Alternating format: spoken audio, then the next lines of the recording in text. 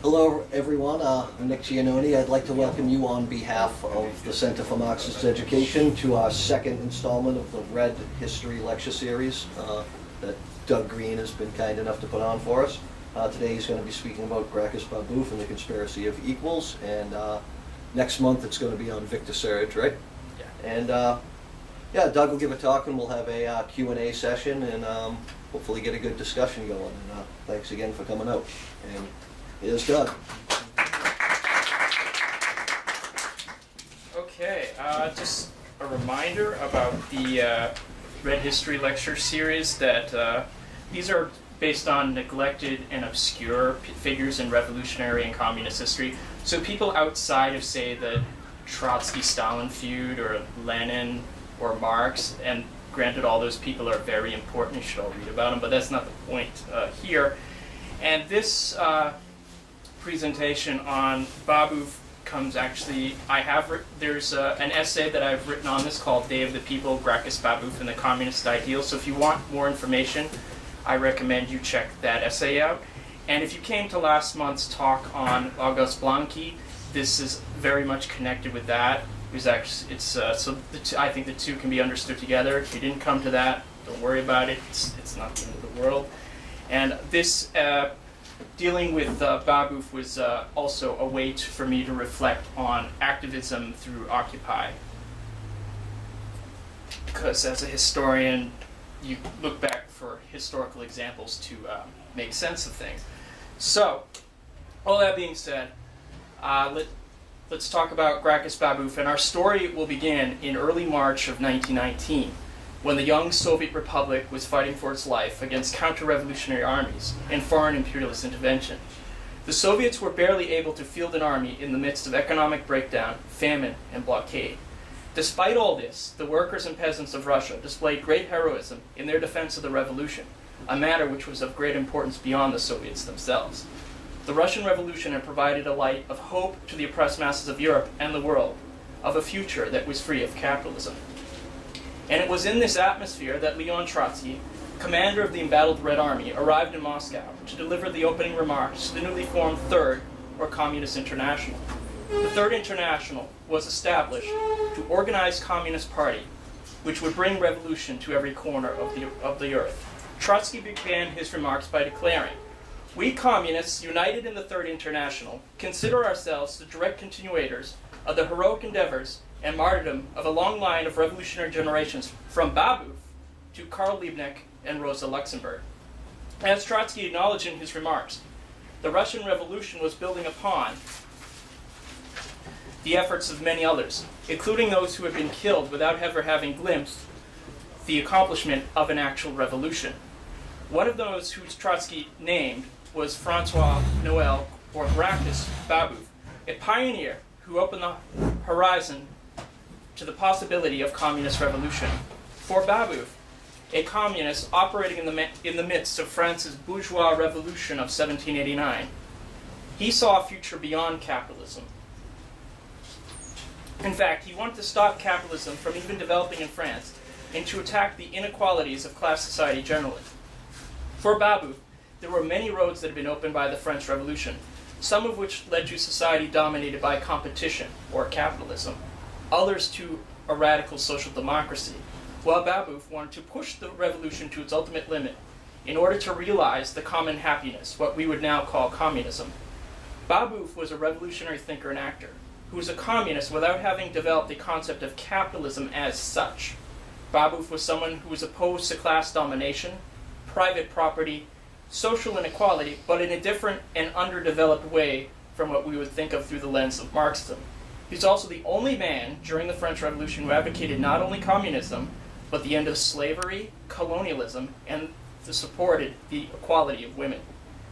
He took communism out of the realm of utopian speculation and made it a practical ideal worth struggling for, in the shape of a revolutionary vanguard organization, tied to the masses and aiming at the seizure of power. Yet Babeuf was organizing for revolution in a context where both the objective and subjective conditions had not matured that would enable victory. While Babeuf's efforts were not able to succeed in their moment, they opened the road for other efforts who would prevail. And Rosa Luxemburg argued, in its sense, that kind of sums up this thought. And she said, it will be impossible to avoid the premature conquest of state power by the proletariat, precisely because these premature attacks of the proletariat constitute a factor, and indeed a very important factor, creating the political conditions of the final victory. In the course of the political crisis accompanying its seizure of power, in the course of the long and stubborn struggles, the proletariat will acquire the degree of political maturity permitting it to obtain in time a definite victory of the revolution. Thus, these premature attacks of the proletariat against the state power are in themselves important historic factors, helping to provoke and determine the point of the definite victory. So that being said, let us move on to the background of Gracchus Babeuf, who was born on November 23rd, 1760 in the province of Picardy in northeastern France. His father was a former soldier and poorly paid excise officer who sternly disciplined his son and took charge of his education. And at the age of 12, Babeuf rebelled against his father's harsh discipline and got a job working to build a canal. The working conditions were quite terrible, demanding, and the pay was very little. Babeuf spent more than 5 years at this job, by which time his education allowed him to be apprentice and learn the trade of a feudist.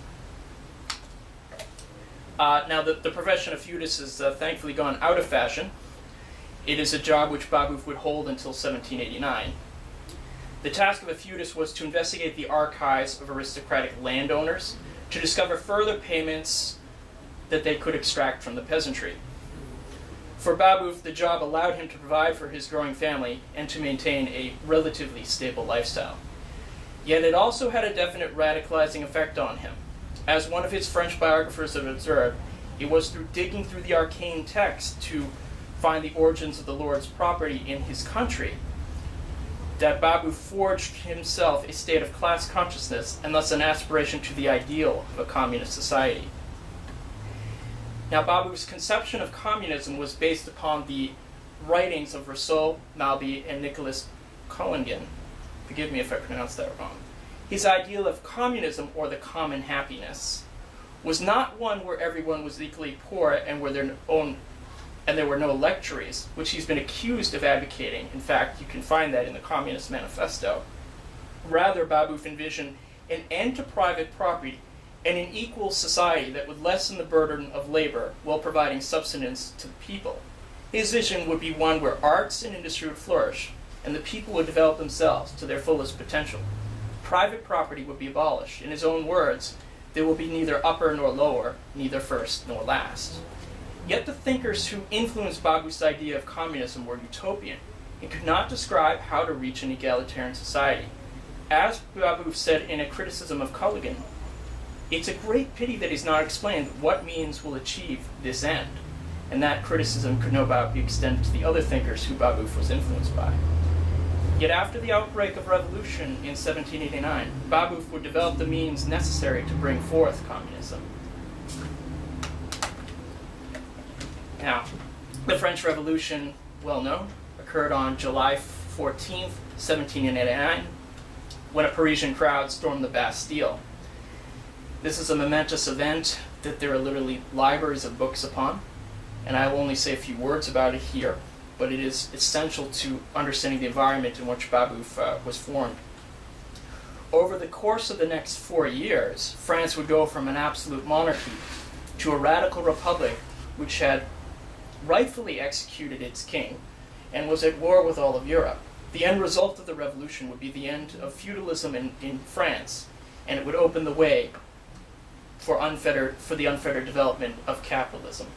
Yet the masses who made the French Revolution, the peasants, the workers, the sans-culottes, did not take the offensive to make a bourgeois revolution.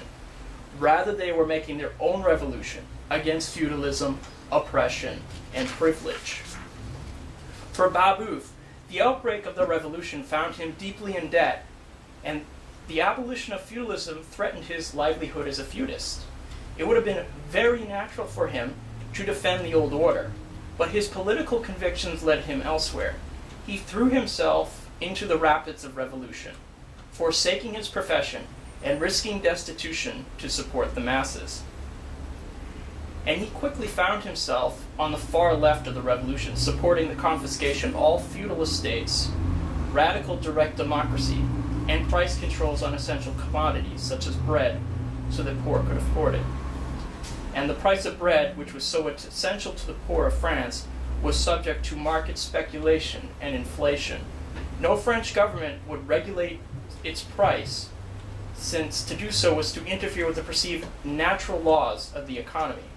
No French government, that is, until the Jacobins. Babeuf spent the years 1789 to 1793 in his home province, agitating among the peasantry for the end of feudal taxes and for the distribution of land among the poor. His attack on the entrenched interests of the aristocracy led to his arrest several times, and it was also during this period that Babeuf also developed his skills as a radical journalist. Babeuf's journalism was developed with a clear revolutionary and mass orientation. His approach was to link immediate or particular concerns of the people, such as feudal taxes, to larger social questions about how power and wealth was distributed. For Babeuf, the role of the press was to act as a proselytizer and an educator among the people in the pursuit of revolutionary change.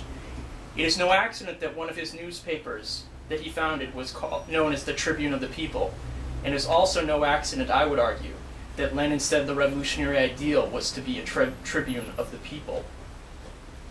And in 1792, Babeuf was elected to local office on a platform of direct democracy, universal male suffrage, free state education, and the right of subsistence for every citizen, something we could no doubt use today. However, at the beginning of 1793, he had to flee Paris after he was accused of forging a public document. Babeuf's arrival in Paris coincided with the end of the moderate Girondin rule and the rise to power of the Jacobins and Robespierre. During this period, Babeuf was a supporter of the Jacobins, serving in the food administration to enforce price controls on bread. However, in late 1793, the forgery charge caught up with Babeuf, and he was thrown into prison once more. He was only to be released the following year, shortly before the overthrow of Robespierre. Now, let me say a few words about the Jacobins and Robespierre, since Babeuf's political views were formed out of this movement. The Jacobins were a radical bourgeois movement which came to power on a tidal wave of mass support to win a losing war against the internal and external counter-revolution. The Jacobins in power instituted revolutionary measures such as a radical democratic constitution that ensured universal suffrage for males. They also enforced price controls on bread. They provided jobs for the masses, and the people were conscripted en masse into the army, and a planned economy was instituted to fight the war. They were an emergency government fighting a desperate battle against an internal and external threat. And terror in the shape of the guillotine was also unleashed against the enemies of the revolution. And it should be said without hesitation that this terror was absolutely necessary to purge France of counter-revolutionaries and aristocrats, to attack speculation and to channel the rage of the people. The counter-revolutionary conspiracies which the Jacobins faced were deathly real. The terror was an expression of an emergency government fighting for its life against an enemy who had proven that they would show no mercy if they were victorious. And those who have only condemnation for the Jacobin terror should remember Mark Twain's remark on the two terrors, the one that was done in hot passion and the other that was done in cold blood. The other one that lasted a few months and the one of the old regime which lasted a millennia. And we should also remember that the terror enabled France to feed its population and ultimately defeat its enemies upon the battlefield. Yet for all the greatness of the Jacobins and Robespierre, they were still bourgeoisie, albeit radical. They hoped to overcome the divide of rich and poor by establishing a republic of virtue where classes would be reconciled, and they would not pursue their own class interests, but they would be motivated by a love of the nation and its laws, in other words, virtue. Their ideal was the establishment of a society of small property owners. Yet the free competition of capitalism made these goals unrealizable, and the growing class divisions that had been unleashed with the revolution in capitalism were not abated. And other sections of the bourgeoisie did not share these ideals. They felt that Jacobinism threatened their property, and they only tolerated the Jacobins as an emergency government to win the war. And once that war, the Jacobins were overthrown in a coup during the month of Thermidor, and a conservative faction known as the Directory took over. And Babeuf would both build upon this Jacobin heritage, yet he would go beyond it as he worked for a different end and aim. Now, the Directory, in power, abolished price controls, which led to speculation on bread again, and the starvation of thousands. Enemies of the Republic, such as monarchists, were given freedom, and Jacobins were persecuted. A new constitution was put into place, explicitly restricting suffrage to the wealthiest. Inflation was unchecked. Unemployment was rampant. The rich proudly displayed their opulence even as the poor masses suffered and died. It appeared that the radicalism of the revolution was at an end, and the rich could enjoy their wealth in peace at last. Well, let us return to Babeuf, who was just released from prison in 1794. Initially, after Thermidor, he was critical of the terror and Robespierre's violations of democracy, thus supporting the new regime. However, within a very short period of time, it became clear to Babeuf that the nature of the Directory was to roll back the popular conquests of the revolution and secure the rule of a new elite. When armed bands attacked Jacobins in the street, Babeuf minced no words in declaring which side he was on. And he said, "If you want a civil war, you can have it. You've told your people to be ready. You've cried to arms, and we've said the same to our people." Babeuf worked with the remnants of the democratic and popular clubs in Paris. He organized a broad-based organization based on democratic participation. In fact, he made a special effort to encourage the involvement of women. He also used the newspaper to agitate among the people and to spread the revolutionary message. Babeuf's intransigent opposition to the Directory made him the central core of resistance and a target of state repression. In 1795, Babeuf was arrested for his agitation, and in prison he met many revolutionaries, radicals, and Jacobins, whom he was able to convert to his cause. Now, Babeuf's idea of a new revolutionary communist truth fired the imagination of his fellow prisoners, and there was intense discussion on how to bring it to fruition. Babeuf at one point even considered relocating to the countryside and beginning a peasant guerrilla war, something akin to a Frenchy Nan. And for those who are unaware, Yan'an is where the part of China where Mao organized the guerrilla war in the 1930s. Instead, he decided to focus his efforts on Paris, and his experience had shown since 1789 that whenever revolutionaries took the capital, they were likely to gain control of the country as a whole. And we'll discuss more about the means that Babeuf used for revolution below. Now, after Babeuf declared his fidelity to that truth, he was willing to make the tough choices and to do whatever it took to make his dream a reality, declaring, "A revolutionary must see the big picture. He must cut down everything that troubles him, everything that gets in his way, everything that could prevent the prompt achievement of the task he has set out." And after a general amnesty in October 1795, Babeuf was freed from prison with a clear goal of overthrowing the Directory and bringing about the common happiness. Now, I'd like to make a short digression here to touch on some of Babeuf's advanced communist ideas. For one, Babeuf supported the equality of women, saying, and I quote, "The claimed superiority of man over woman and the despotic authority he asserts over her have the same origin as the domination of the nobility. In both cases, there is the usurpation of rights and consecration of a prejudice which led our fathers to make physical strength a cult. Let us abolish this profane cult." And these were not just words. Babeuf treated his wife as an equal, and she was an active participant in his conspiracies. Babeuf made every effort to involve women in his political organizations, and he even supported their right to vote. And if you don't know, France only achieved women's suffrage in 1945. So this is about 150 years before. Babeuf also condemned slavery and colonialism in France's colony of Haiti. He said, "It is we alone who have transmitted into another hemisphere the terrible vices which have degraded our own. And it seems that we are not inclined to abjure any of them and banish them from our own society, except on the condition that we go and tarnish with them a land which hitherto preserved in its extreme simplicity all the innocence and purity of the first ages. And in 1794, he celebrated when slavery was abolished in Haiti. Lastly, Babeuf had a very prophetic, albeit underdeveloped critique of capitalism, which he called competition, that was only just emerging in France. He describes competition as follows. Competition, far from aiming at perfection, submerges conscientiously made products under a mass of deceptive goods contrived to dazzle the public.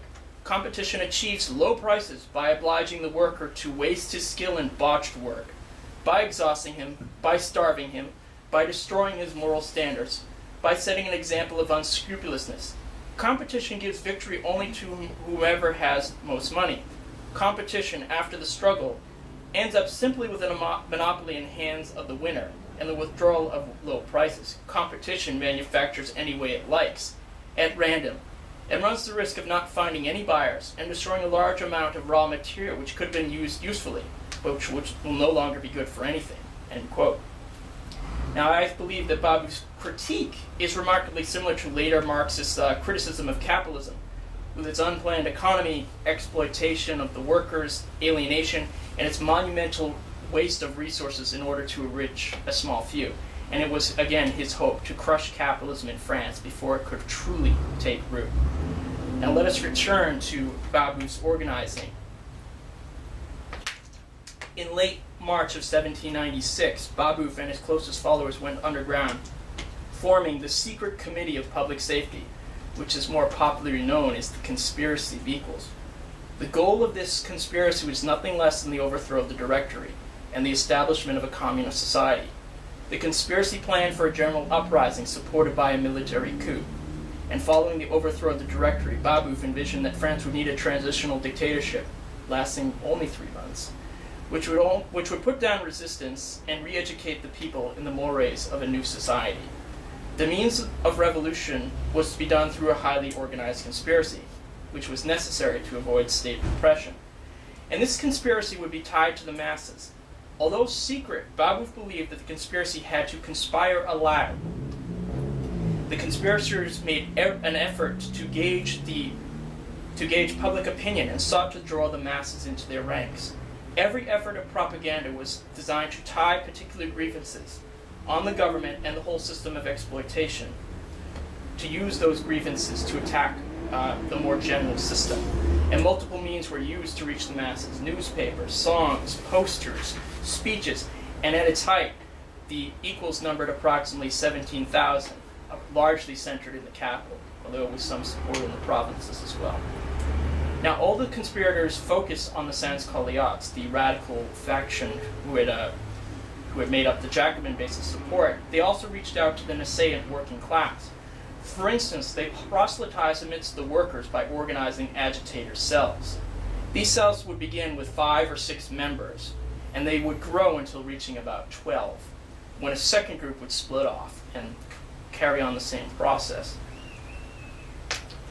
In adopting this strategy, the Equals extended the circles of revolutionary action among the workers. And one of the chief leaders of the Conspiracy of Equals later said of the Parisian workers, it was a general conviction that the zeal of the proletariats were the only true supporters of equality. The Equals also managed to infiltrate the army and the police forces stationed in Paris. The government took notice of this agitation, planning to remove the potentially disloyal garrisons.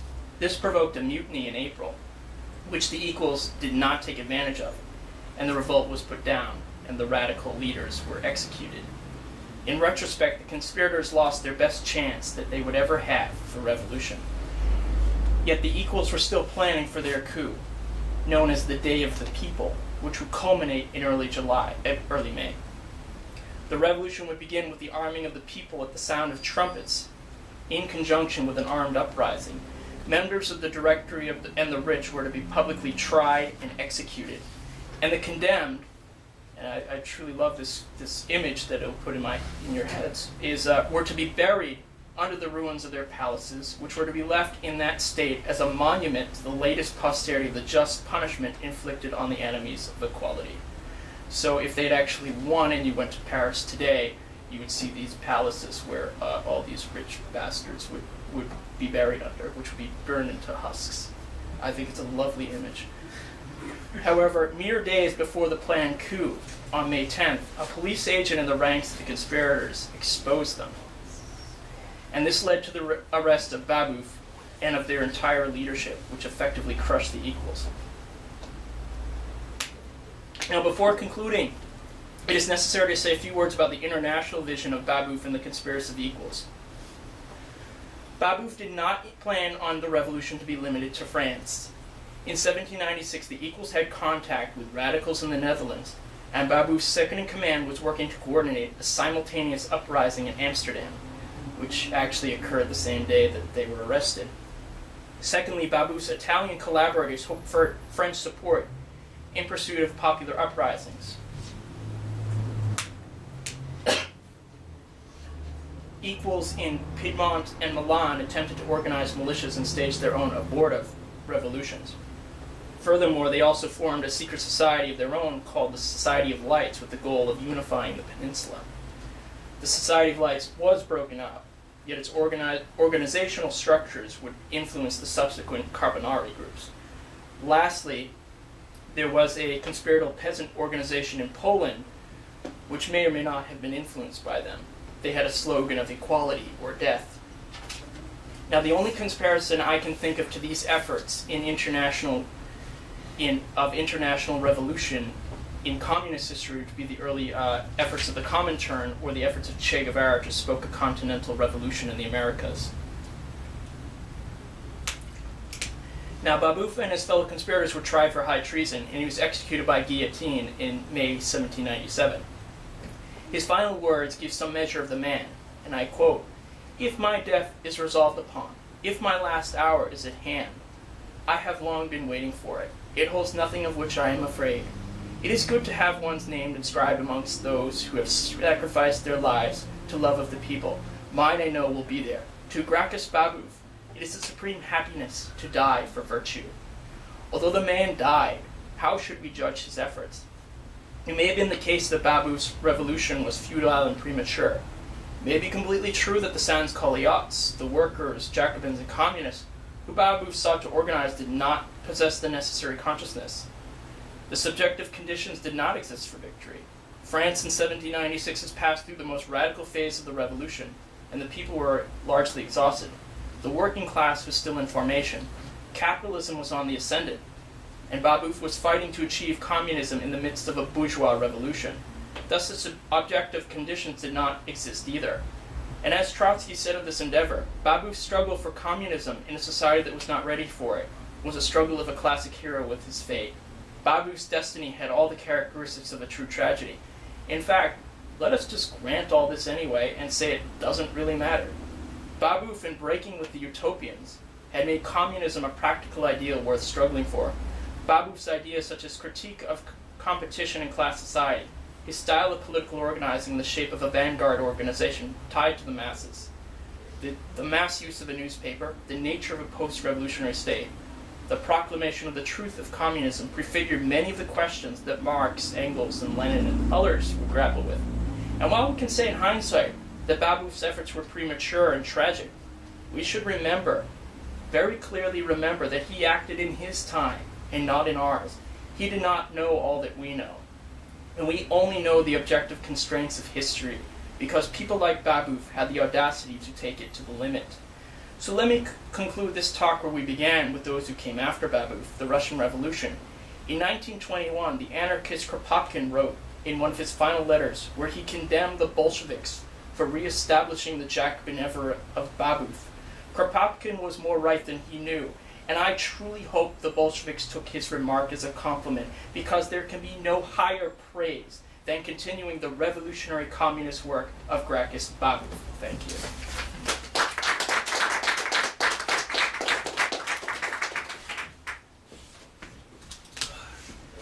Questions, comments, concerns, objections? Peter. You mentioned some of Babeuf's earlier influences at the beginning of the talk. I recognize one of the names, the name of Mobley. Yeah. I don't know anything about him. I know he was one of the Enlightenment thinkers. So, can you tell us a little bit about who these people were? I assume they were Lumieres, Enlightenment types. Yeah, these were Enlightenment types. The most famous is, of course, Rousseau, with the social contract. And these were people who were thinking about, how society was formed, the nature of property would come up. I've only really read Rousseau in entirety, but these were people on the cutting edge of the Enlightenment who were influencing people in France. The Jacobins, the Girondins, all forces in France were taking inspiration from that, and even in the United States as well, but certainly not to the degree that in France. But there's also questions of some of them. It might be Malby if he actually coined the phrase communism. I've actually seen so many lineages of the actual phrase communism that I don't know how to take that. But these were essentially Enlightenment thinkers. And again, you can see some more fuller references in the Day of the People essay if you're interested. Yeah, I ask because sort of my understanding of Enlightenment thought and sort of where Marxism breaks from it. I mean, Marxism is obviously a continuation in certain respects. Where it kind of breaks from it is the concept of sort of a necessary antagonism between labor and capital, which Enlightenment thought typically, sort of continued on into liberalism and the idea of the harmony of interests. So I'm curious because it seems that Babeuf also made that leap, and various of the revolutionaries made that leap, whether they quite realized it or not. So I'm wondering how he made that conceptual leap and how the Jacobins did it. I think part of it with Babeuf is the fact that a lot of Jacobins were actually rather wealthy. I think Robespierre was actually a lawyer, if I'm not mistaken. Now, granted, they had a lot of advanced ideas, but they were still members of their class who were not quite broken with it. Babeuf, as I said, he had actually been a manual laborer. He had worked on a canal, and he really detested the noble employers he worked with. If you read some of the biographers, by the time the revolution was breaking out, he was being screwed out of payments. He had taken some of them to court. Not a good idea in a system that favors the aristocracy, because his cases were thrown out. And he actually did say, it was working in these archives that I saw this, essentially how property was historically constituted. Yeah. And he was willing to extend that, unlike the Jacobins, the concept of property to attack not just feudal property, but all property. And the Jacobins, in their ranks, were many who would join Babeuf's conspiracy, but if you read the Constitution of 1793, it does say that there is a limit to property, but it still says property should be there. Babeuf actually wanted to reestablish that Constitution, just get rid of that part. And that was very clear. And there were members of the conspiracy who disagreed with him. The author of the history of the conspiracy was a fanatical devotee of Robespierre. And he essentially thought the Constitution of 1793 was a holy document. And I think also, the Jacobins were a revolution like this. I mean, leaving aside England in the previous century, had not really been done. So they thought they could achieve this. They thought they could achieve their ideal, and they were essentially overthrown. And Babeuf, I think, was foresighted enough to realize, this republic of virtue, it can't exist unless you abolish essentially the conditions of inequality. And he was, again, he extended that to all private property, not just feudal property like the Jacobins. And you think he understood that due to his experience as a laborer? I think that, along with his reading. I mean, I was quite shocked, admittedly, studying this to get this very advanced conception. He mostly gets a footnote in most histories, not. Yes. I read a little bit of what I could find that he written in preparation for the class, and he, I can see what you're saying about where he got his notions of property, because he talks about the early nobles conquering other nobles and confiscating area and all this stuff. But I wonder, because I've done a little reading on the English Revolution as well, if it isn't that when masses are in motion in these revolutionary times, the concept of equality almost makes an appearance from the masses. And it's not just the intellectual tradition of Rousseau or whatever. I mean, that's the way it's expressed in each time. It might be, it was religious during the English Revolution. There were certain groups that came to believe in leveling all property or using property in common. I found it interesting that Babeuf made reference to the American Indians as sort of the ideal way that property should be handled. I'm sure that was through the filter of Rousseau or whatever that they were talking about it. But it does sort of speak to something that all bourgeois forces probably need to be worried about, even if they're fighting against current feudal structures in Saudi Arabia or anywhere, that the revolution has its own dynamic that's become more and more in the direction of a socialist revolution as time is going on, but always will have, since it's the masses that make it, some interest of the masses sort of bubbling to the surface, some expression of it in each of these periods. Yep. Some historically premature, Oh yeah. which was the case in France, but always going to be there because it's they that are the people that actually tear down the old structures. Right, and Babeuf would not deny, he's certainly pushed by these mass movements as well. I mean, what struck me was the fact that he didn't just want to ride the tide of the mass movements, he wanted to find a way to channel it. And I always like the description that Trotsky gives of a revolutionary party in the history of the Russian Revolution, where we know, like, the piston and the steam will drive something, but you need a way to channel it through the piston, even if it's the steam that's ultimately driving it. And his organization, the Secret Directory, was designed to channel that into a very concerted effort. Like, to give you an idea of how advanced this was, one of the criticisms leveled against the Paris Commune was they didn't seize the Bank of France. That was one of the first things they planned to do, was in 1796, was to take the Bank of France, among other things. So yeah, he was certainly, he had ridden on this mass tide during his time as a peasant agitator when he was in Paris in the food administration, and he certainly saw this potential. I mean, I think the key thing for him was the way to channel it effectively so you could actually win. It's a very fascinating talk. Thank you. And you were quite brief.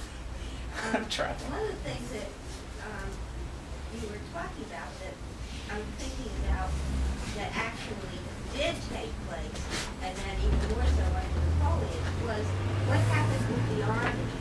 The whole, the concept of,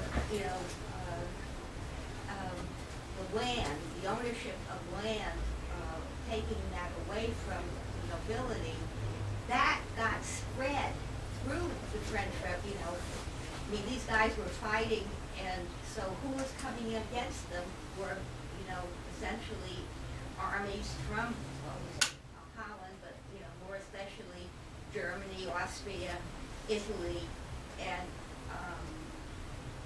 particularly in Germany. I wonder if anyone did, some studies on what happened with the armies, because it was a popular, to go in the army, it was a popular thing. It was a defense of the revolution, but it was also a spread. Well, yeah, you're absolutely correct. I mean,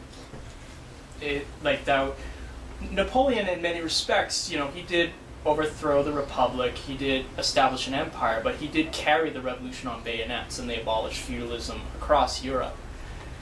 And it was a mark of pride for many Frenchmen to serve in the army. In fact, and bring up the popular nature of the army.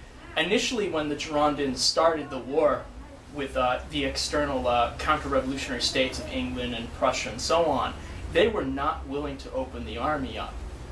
They were still thinking as, this is a traditional war, when this is a mass revolutionary war. And when the Jacobins came into power, there's the levée en masse. people were flooding the army, ordinary people, highly politicized, who knew exactly what they were fighting for. And the French revolutionary Saint-Just said, the ways of we do not fight the same ways of monarchy. Their ways are foreign to us. And it was very clear, because they expected, in many respects, to have armed support from the people that they were in the countries that they were moving into, whether Belgium or Holland or Italy or wherever. And in many cases that did exist. And then, of course, there were the needs of French state power, which contradicted with that. But in subsequent French history, the French army was seen as this great liberating force. And in many respects it was. I mean, I would probably argue French arms were better than the subsequent Russian occupations that followed the defeat of Napoleon. And even people like Blanqui, who came after him, saw France as this great liberating mission across Europe. And it's also interesting to note that even though Babeuf opposed private ownership of land, part of the agitation amongst the soldiers was to promise them land, which I don't know how that would have actually played out, because it never came to fruition, but it's kind of interesting. The Prussian, I'm sorry. What you said sort of echoed my conservative history professor, who emphasized the radical nature of the effects of the French Revolution, the armies, and then subsequently, the Napoleonic wars. What's very interesting is part of in terms of the army, in terms of the levy en masse, the nation is in danger. This is, of course, the first appearance of nations and nationalism in popular discourse. And even in subsequent socialist revolutions, you would see this. I believe one of the first Red Army appeals is the socialist fatherland is in danger. In fact, Trotsky says in one of his early appeals, we want to revive the spirit of the Jacobins in this respect. And you would see this in Cuba, in this mass mobilization of popular forces, although it would be subsequently used like during imperialist governments during World War I. It was initially very dangerous. A lot of conservative states didn't want to do this because it could unleash popular energy and had its own dynamic. It could outstrip more conservative forces. The continental monarchies at the time, like Prussia and Austria, all their armies were almost entirely mercenaries, or people that people they essentially kidnapped and press ganged into their armies, which made a big difference when they came up against people who actually fought for what they were believing in. Yeah. But it also changed the nature of war. Oh, yes. These little professional armies Yeah. to big mass armies. Like in the next place was the Civil War, and then Certainly. Europe. Yeah. In fact, part of the Paris Commune was before the Paris Commune, when Prussia had invaded France and there was a new republic, they're like, let's have a levy en masse and essentially repeat that experience to fight the Prussians. You kind of see that dynamic throughout French history. Any other questions, comments, concerns, objections? Thank you for your presentation. I think You're welcome. it's very, very well articulated and very clear.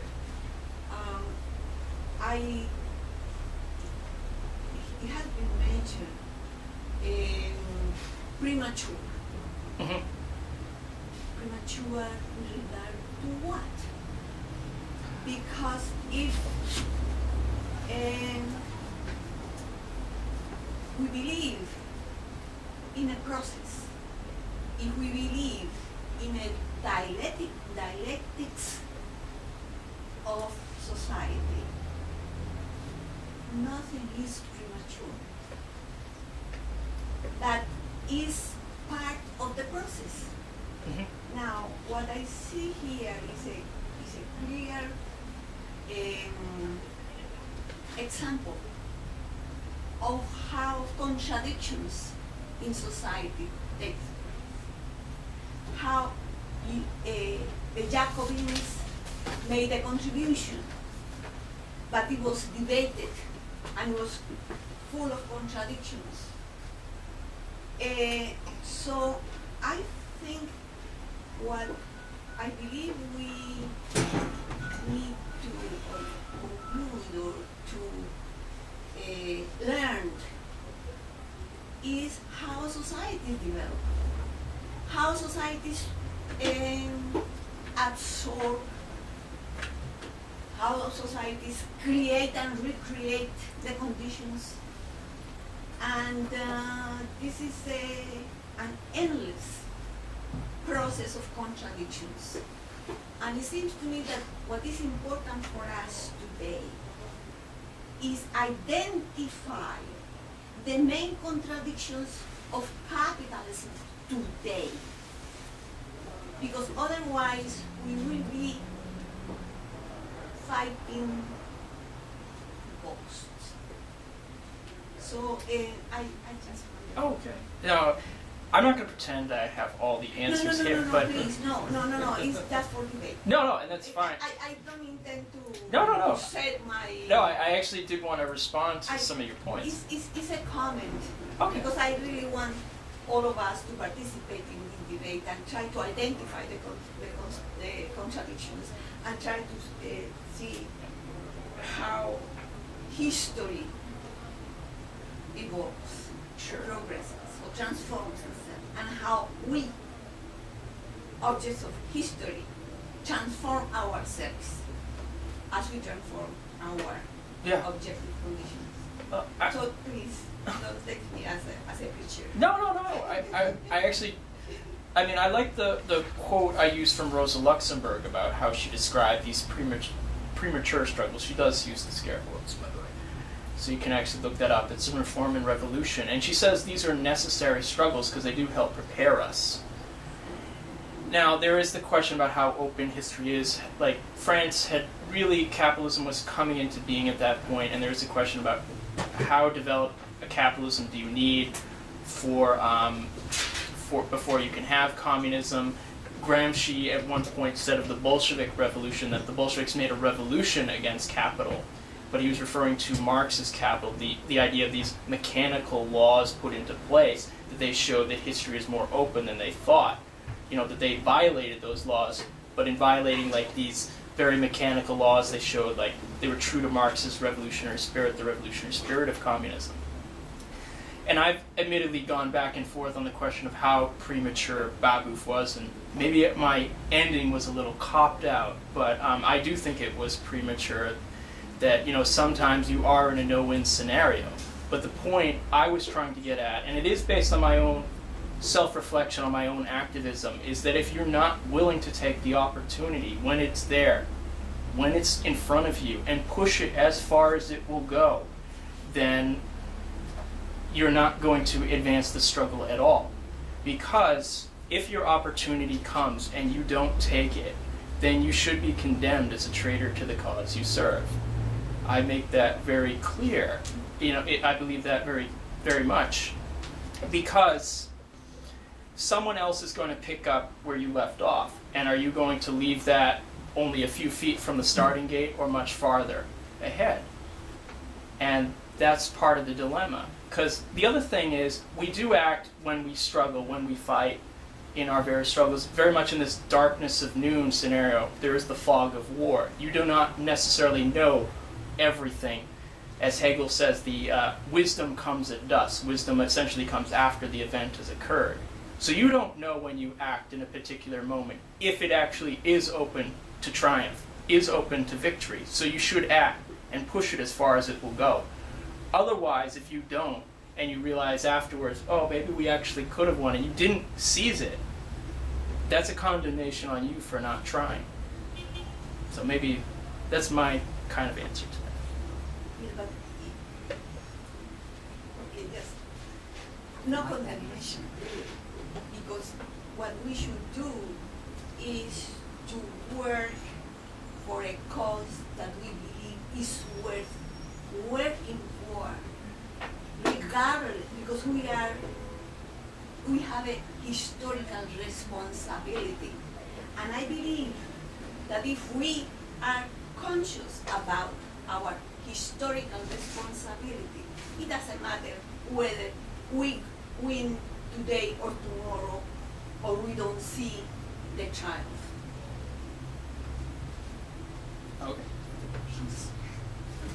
Anyone else got things to say, comments? Yeah.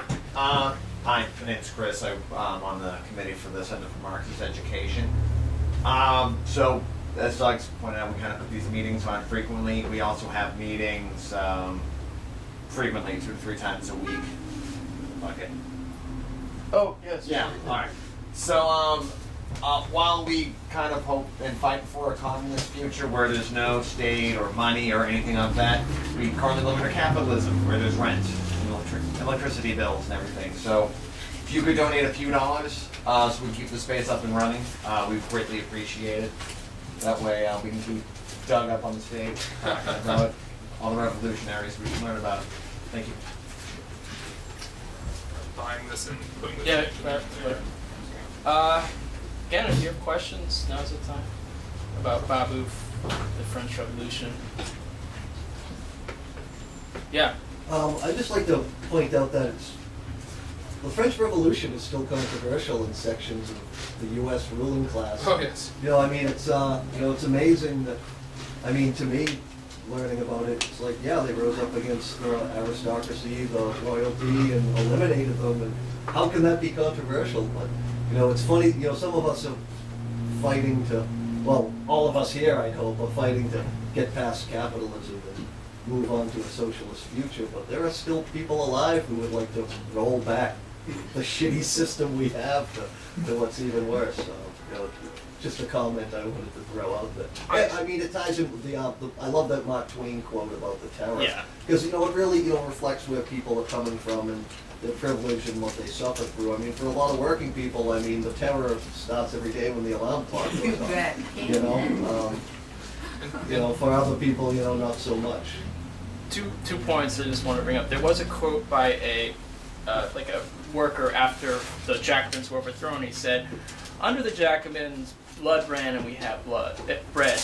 Now there's no blood and we have no bread."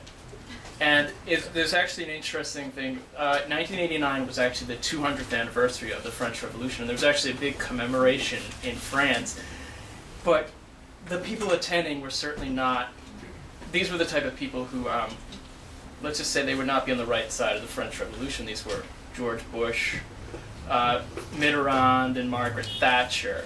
These were, and they were there commemorating it. So Yes. and I remember someone actually titled an article like "Dancing on the Grave of the Revolution," and then there's so much historical debate on the French Revolution. Some's like, the French Revolution is good until like 1792, then it all just goes off track. But after that, it all goes back on track. So let's just ignore all that Jacobin stuff. Yeah, and I think Twain was.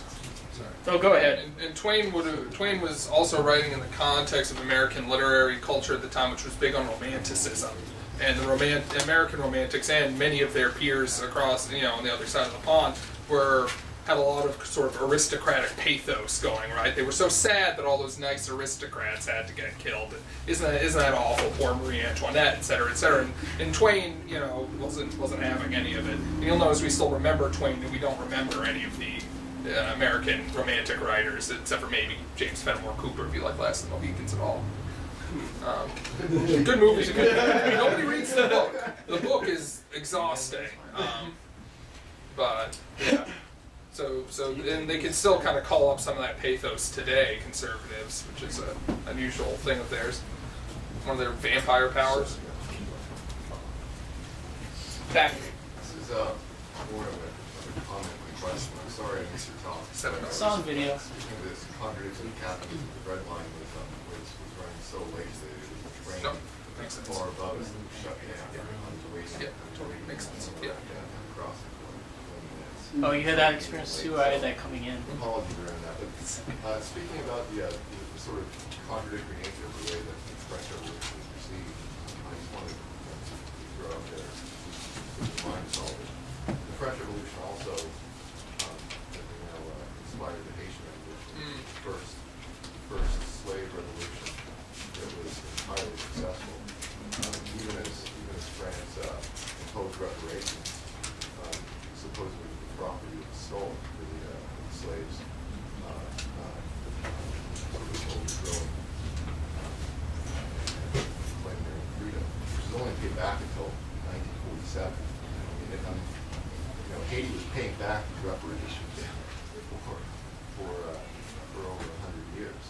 I mean, these sort of things, however much these questions with ghosts, they're also still things that literally have material effects in the 20th century. I don't know how much of the talk you saw, but Babeuf did support the slaves in Haiti and celebrated when slavery was abolished there. I mean, he's obviously kind of wrapped up his own thing, but there was kind of that interesting connection. That I did find some quotes of his just that were celebrating the abolition of slavery and saying we should let Haiti go, which it didn't quite happen the way he wanted. But Napoleon had different ideas. yes, Napoleon had different ideas and such. Okay, unless someone has anything else to say, next month, early next month will be. It's March now. It's March, yeah. So next month will be. I will be talking on Victor Serge, the anarchist turned communist, or Trotskyist turned whatever writer. Really interesting figure who will be part of the lecture series. And after that, I'm not quite sure. What's the next event that's coming up? Is there anything in the week? There's going to be the Jacobin reading group Monday. Is that 8 or 8:30? 8:30.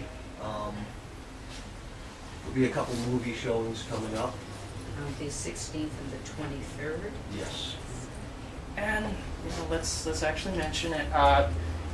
Grover Furr will be speaking on his book Khrushchev Lied this next Saturday, so the 8th, around 6 or 6:30. I'm not exactly sure at the time. So 6. Okay. You can find that on Facebook. Yeah. Is it possible to have the readings before the lecture? I posted it on the Facebook group. Okay. Yeah. I do not think Facebook. Yeah. Okay. Yeah, maybe next time they can go out with the We have announcement. to do email. Sure. A link. Yeah. Yeah. Okay. You have to take us into No, it's a good consideration. idea. I'm sorry. Good I'm idea. sorry.